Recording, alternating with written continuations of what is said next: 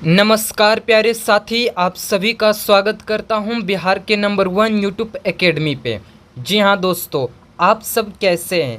आशा करता हूं कि आप सब बेहतरीन तरीके से मन लगा करके पढ़ाई कर रहे होंगे। चूँकि आज हम लोग क्लास 9th फिजिक्स चैप्टर 2 गति यानी कि मोशन का इंट्रोडक्शन क्लास देखने वाले हैं। जी हाँ दोस्तों, चूँकि आज मैं एक नया अध्याय शुरू कर दिया गति। हमारा विज्ञान और मापन जो फर्स्ट चैप्टर थे उसका कंप्लीट रूप से अच्छा से करा दिया गया है। हर एक ऑब्जेक्टिव सब्जेक्टिव क्वेश्चन भी करा दिया गया है। यदि आपने चैप्टर को नहीं देखा तो फर्स्ट चैप्टर जाकर आप देख लीजिए, उसके बाद आप गति पढ़िएगा ताकि आपको अच्छे से समझ में आ जाएगी सारी चीज़ें। जी हाँ दोस्तों, तो आज मैं एक नया अध्याय गति स्टार्ट कर रहा हूँ और इसका इंट्रोडक्शन यानी कि मैं आपको इस चैप्टर के विषय में बताऊंगा कि हमें क्या चीज़ इस चैप्टर के अंतर्गत पढ़नी है और क्या चीज़ हमें नहीं पढ़नी है। जी हाँ दोस्तों, सारा चीज़ इसके विषय में आज मैं इस वीडियो में चर्चा करने वाला हूँ, डिस्कस करूँगा। तो चलिए देर ना करते हुए सीधे हम लोग अपने आगे कार्य को शुरू करते हैं। यहाँ पे सबसे पहले आपके लिए एक मोटिवेशनल लाइन है दोस्तों, इसे थोड़ा सा समझने का प्रयास करेंगे। जिस तरह आप पैसों का नियोजन करते हैं उसी तरह समय का भी नियोजन कीजिए। जी हाँ दोस्तों, कहने का मतलब जिस प्रकार से आप अपने पैसों को इकट्ठा करते हैं, सिंगारते हैं, उसे अच्छे से सुरक्षित रखते हैं, बचाते हैं, ठीक उसी प्रकार से आप समय को बर्बाद नहीं कीजिए प्यारे साथी। समय को भी आप बचाइए, इकट्ठा कीजिए, अपने लिए बर्बाद मत कीजिए प्यारे साथी। यहाँ पे यही कहने का मतलब है। जी दोस्तों, चलिए हम लोग आगे बढ़ते हैं। जी दोस्तों, सबसे पहले यहाँ पे अध्याय 2 लिखा गया है यानी कि गति। चैप्टर क्या है? गति यानी कि मोशन। और इस चैप्टर को अच्छे से समझने का प्रयास करेंगे। जी हाँ दोस्तों, आगे बढ़ते हैं। यहाँ पे हम क्या समझेंगे वो देख लीजिए। यहाँ लिखा है हमें इस चैप्टर में क्या क्या पढ़नी है, एक झलक। यानी कि हम इस चैप्टर के अंतर्गत कितने टॉपिक्स को पढ़ने वाले हैं उसके विषय में बता दूं पहले, क्योंकि हम जो चैप्टर को पढ़ रहे हैं उसके विषय में जानना बहुत ज़रूरी होता है। यदि इस प्रकार से आप पढ़ेंगे प्यारे साथी तो लॉन्ग टाइम के लिए आपको याद रहेगा, अच्छे समय के लिए आपको ये सारी चीज़ें याद रहेगा। यदि आप स्टेप बाय स्टेप बढ़िया से पढ़ते हैं तभी, या फिर ये इस प्रकार से आप पढ़ेंगे जहाँ तहाँ से तो आपको कुछ भी समझ में नहीं आएगा और वे ज़्यादा समय के लिए आपको याद भी नहीं रहेंगे। तो चलिए दोस्तों हम लोग स्टार्ट करते हैं। सबसे पहले हमें सबसे फर्स्ट पॉइंट में हमें पढ़नी है यांत्रिकी। जी हाँ दोस्तों, क्या पढ़ेंगे? यांत्रिकी। आपको कुछ चीज़ें यहाँ पे अलग सुनाई देगा, अलग शब्द सुनाई देंगे, आपको लगेंगे कि हमारे बुक में ये चीज़ें नहीं लिखा हुआ है, लेकिन मैं आशा दिलाता हूँ, भरोसा दिलाता हूँ कि आप यदि बिहार का नंबर 1 यूट्यूब एकेडमी से पढ़ाई कर रहे हैं तो आपको कहीं भी किसी भी क्लास में किसी भी प्रकार से समस्या नहीं होगी, दिक्कत नहीं होगी। जी हाँ दोस्तों, यदि आप पढ़ लेते हैं तो, चूँकि ये सब कुछ ज़्यादा हार्ड्स नहीं है, एक छोटे छोटे पॉइंट्स हैं। जी दोस्तों, जो कि इस चैप्टर को मैं कहता हूँ ना तो 3 से 4 दिन में समाप्त कर दूंगा। जी दोस्तों, लेकिन मैं ऐसा करने वाला बिल्कुल नहीं हूँ, क्योंकि मैं आपको डिटेल से अच्छा से पढ़ाने के लिए आया हूँ, आपको सिखाने के लिए आया हूँ। इसीलिए कम से कम मैं 4 दिन ज़रूर लूँगा इस चैप्टर को समाप्त करने के लिए। मैं 4 से 5 दिन अवश्य लूँगा और इस चैप्टर को समाप्त कर दूँगा। दूसरा पॉइंट हम क्या पढ़ेंगे? यांत्रिकी के प्रकार को पढ़ने वाले हैं। और तीसरा पॉइंट निर्देश तंत्र को पढ़ेंगे। जी हाँ दोस्तों, नेक्स्ट पॉइंट को देखेंगे तो जो चौथे पॉइंट हम लोग पढ़ेंगे वह निर्देश तंत्र के प्रकार को पढ़ेंगे। उसके बाद विराम एवं गति पढ़ने वाले हैं। 6 पॉइंट में हम क्या पढ़ेंगे? तो गति के प्रकार के बारे में जानेंगे। और 7th पॉइंट में क्या पढ़ेंगे? तो दूरी और विस्थापन। जी हाँ दोस्तों, दूरी और विस्थापन के विषय में जानकारी को प्राप्त करेंगे, पूरा डिटेल जानकारी जानेंगे। जी हाँ दोस्तों, 8वीं पॉइंट में क्या पढ़ने वाला हूँ, तो आदिश और सदिश राशियाँ। चूँकि अब 8वां जो पॉइंट होगा उसमें हम आदिश और सदिश राशि के विषय में पढ़ेंगे। इसका मैं ट्रिक भी दूंगा, आदिश राशि कौन है, सदिश राशि कौन है, पहचानने के लिए। जी हाँ दोस्तों, चूँकि एग्जाम में पूछे जाते हैं कौन आदिश राशि और कौन सदिश राशि है, तो मैं आपको ट्रिक के माध्यम से बताऊँगा। चलिए आगे देखते हैं, आगे हमें कौन कौन सी पॉइंट पढ़नी है। तो 9th नंबर में हमें चाल के विषय में पढ़ना है। हम चाल के विषय में पढ़ेंगे, फिर चाल के प्रकार को पढ़ेंगे, फिर हम वेग पढ़ेंगे, फिर हम वेग के प्रकार को पढ़ेंगे, फिर हम लोग त्वरण के विषय में जानेंगे और फिर आगे चलकर त्वरण के प्रकार को पढ़ेंगे। जी हाँ दोस्तों, त्वरण के भी प्रकार होते हैं, मैं आपको डिटेल से सारी चीज़ को बताऊंगा। जी दोस्तों, चूँकि मैं नहीं चाहता कि आप आधा अधूरा ज्ञान सीखें, इसीलिए मैं पूरी डिटेल से और अच्छे से बताऊंगा।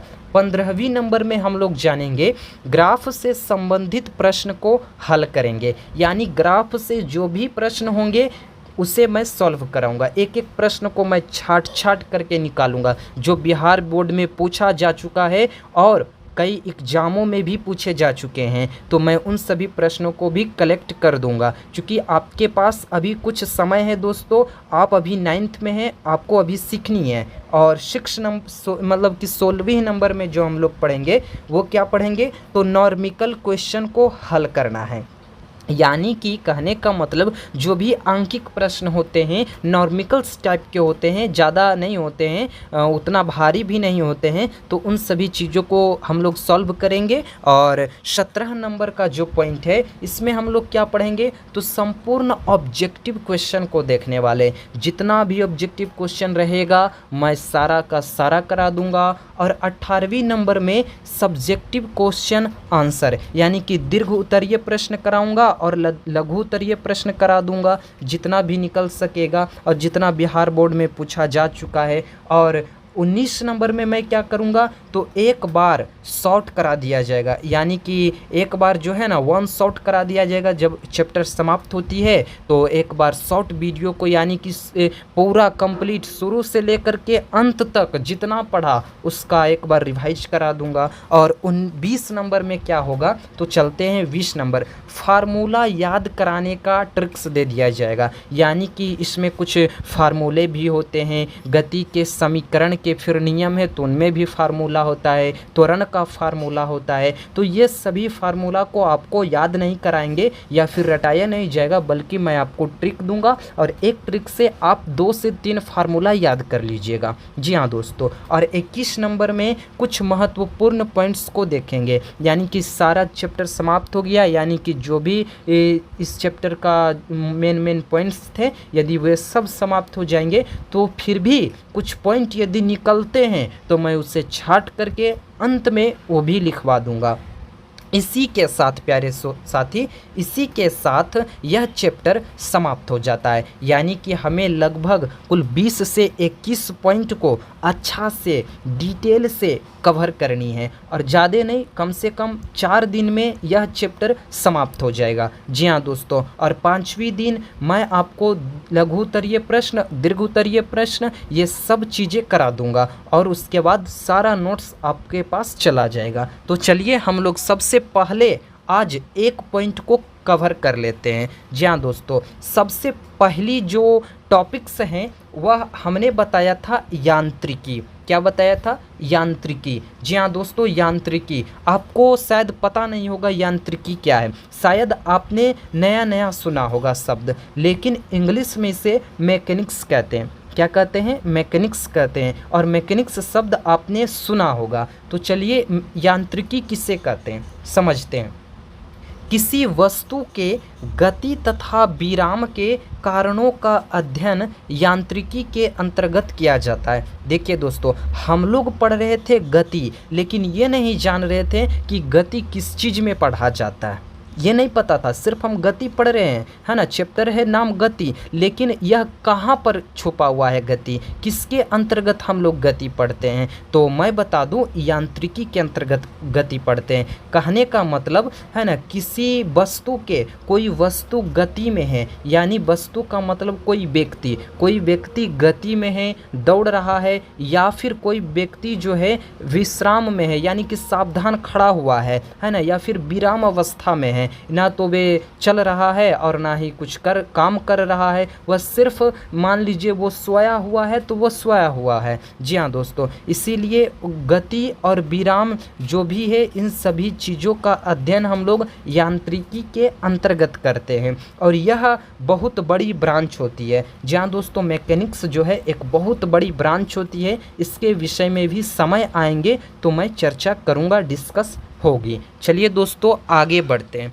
हमने दूसरा पॉइंट आपको बताया था यांत्रिकी के प्रकार, टाइप्स ऑफ मैकेनिक्स। जी हाँ दोस्तों, यांत्रिकी के प्रकार। तो यांत्रिकी के कुल 3 प्रकार होते हैं। कितने प्रकार होते हैं? 3 प्रकार। सबसे पहला जो प्रकार है स्थैतिकी होते हैं, और दूसरा होते हैं गतिकी, और तीसरा होते हैं शुद्ध गतिकी। क्या होते हैं तीसरा? तो शुद्ध गतिकी, यानी गति के यांत्रिकी के कुल कितने प्रकार? 3 प्रकार।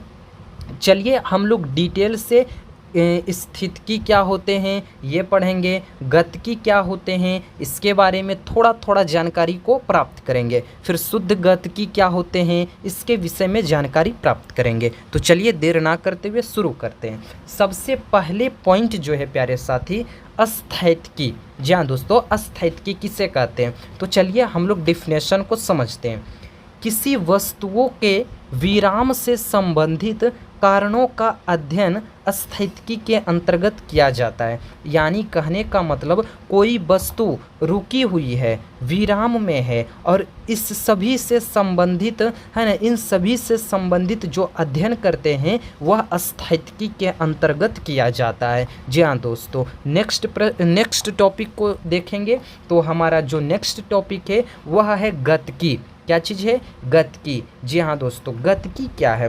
तो गतिकी के अंतर्गत क्या करते हैं, तो किसी वस्तुओं की गति का अध्ययन कारण ज्ञात करके किया जाता है। कहने का मतलब कोई वस्तु है और वह वस्तु गति में है ना, तो इसके कारण को ज्ञात कर लिया जाता है। यदि कोई वस्तु गति में है तो क्यों गति में है, किस लिए? मान लीजिए एग्जाम्पल में कि कोई व्यक्ति है और वह चल रहा है, तो उसके बारे में हमें अध्ययन करना है। तो सबसे पहले कारण जानेंगे कि वे किसके वजह से गति में है, वह क्या मतलब क्या लाने जा रहा है, हम कारण जानेंगे। उसके बाद मैं उस व्यक्ति को जानूंगा। जी हाँ दोस्तों, तो वही गतिकी है। यानी इसके अंतर्गत वस्तुओं की जो गति है अध्ययन, मतलब कि इसके गति का अध्ययन करने के बाद हम इसे अध्ययन करते हैं। जी हाँ दोस्तों, आई होप कि आपको यह जो टॉपिक से समझ में आ गई होगी। नेक्स्ट पॉइंट है हमारा शुद्ध गतिकी। क्या है शुद्ध गतिकी? किसे कहते हैं? काइनेटिक्स। यानी शुद्ध गतिकी के अंतर्गत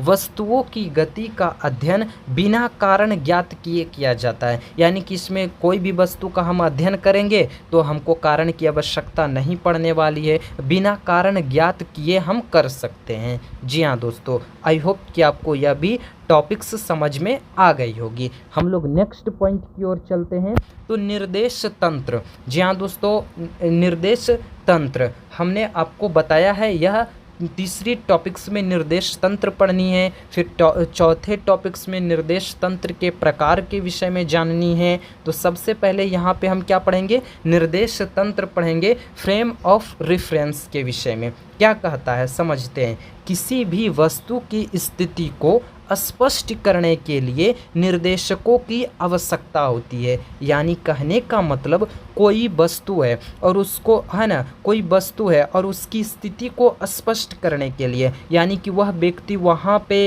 रुकी हुई है और उसकी स्थिति को हमें स्पष्ट करना है, तो निर्देशक तंत्र की आवश्यकता होती है ना, जिसे निर्देश तंत्र भी कहते हैं। यानी निर्देश करना, कोई व्यक्ति यदि चल रहा है तो वह किस दिशा में चल रहा है, पूरब दिशा में चल रहा है, उत्तर दिशा में चल रहा है, तो उसकी निर्देश को बताएंगे कि वह व्यक्ति उत्तर की तरफ जा रहा है ना, वह व्यक्ति है जो कि दक्षिण की तरफ जा रहा है, यानी निर्देश कर रहे हैं। उसे ही हम लोग कहते हैं निर्देश तंत्र। और यह सभी चीज़ें हम लोग पढ़ने वाले हैं। जी हाँ दोस्तों, आगे देखेंगे तो निर्देश तंत्र के प्रकार, टाइप्स ऑफ, है ना, क्या है, टाइप्स ऑफ कोऑर्डिनेट सिस्टम। जी हाँ दोस्तों, टाइप्स ऑफ कोऑर्डिनेट सिस्टम है और इसे हम लोग समझेंगे। निर्देश तंत्र के प्रकार, निर्देश तंत्र के भी कुल 3 प्रकार होते हैं। एक होते हैं प्यारे साथी कार्तीय निर्देश तंत्र, और दूसरा होते हैं बेलनाकार निर्देश तंत्र, और तीसरा होते हैं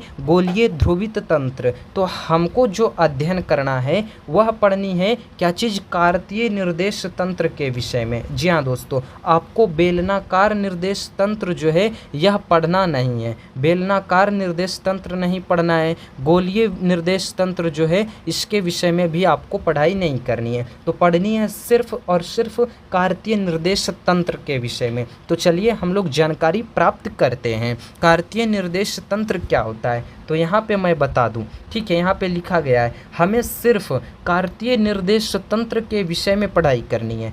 तो कार्तीय निर्देश तंत्र क्या है इसे समझते हैं। यहाँ लिखा गया कार्तीय निर्देश तंत्र, कार्तीय निर्देश तंत्र 3 लंबवत अक्ष, एक्स अक्ष, वाई अक्ष तथा जेड अक्ष से मिलकर बनता है ना। इसके काटान बिंदु को मूल बिंदु कहते हैं। जी हाँ दोस्तों, इसके काटान बिंदु को मूल बिंदु कहते हैं। यदि ये वाली चीज़ें आपको कम समझ में आई तो कोई दिक्कत नहीं है, मैं इसे समझाऊंगा। डिटेल से आगे पढ़नी है तो मैं आपको ज़रूर बताऊंगा। इसीलिए चूँकि अभी आप यदि थोड़ा भी समझ में आया तो बहुत काफ़ी है। जी हाँ दोस्तों, आई होप कि आपको चीज़ें समझ में आ गई है। जितने भी आज बताया गया है, आज जो भी मैंने आज कुछ नहीं डिस्कस किया, सिर्फ मैंने आपको यही बताया कि इस चैप्टर में हमें कौन कौन से टॉपिक्स पढ़ने हैं, क्या पढ़नी है। और मैंने आज कंप्लीट 4 टॉपिक्स को पढ़ लिया, और छोटे छोटे टॉपिक्स हैं। मैं शुरू ही बता दिया था शुरू में कि बहुत कम टॉपिक्स हैं और छोटे छोटे पॉइंट्स हैं। तो उन सभी चीज़ों को बढ़िया से डिटेल से सिर्फ जानकारी को प्राप्त करते जाएंगे और आप इसे बढ़िया से रिवाइज करते जाइएगा। जी हाँ दोस्तों, यदि वीडियो अच्छी लगी, आज इंट्रोडक्शन की क्लास अच्छी लगी तो लाइक कीजिएगा। चैनल पे नए हैं तो चैनल को अवश्य सब्सक्राइब कर लीजिए, और आपने हमारे साथ वीडियो के अंत तक जुड़े रहें, इसके लिए मैं आपको दिल की गहराइयों से धन्यवाद देता हूँ। थैंक यू दोस्तों।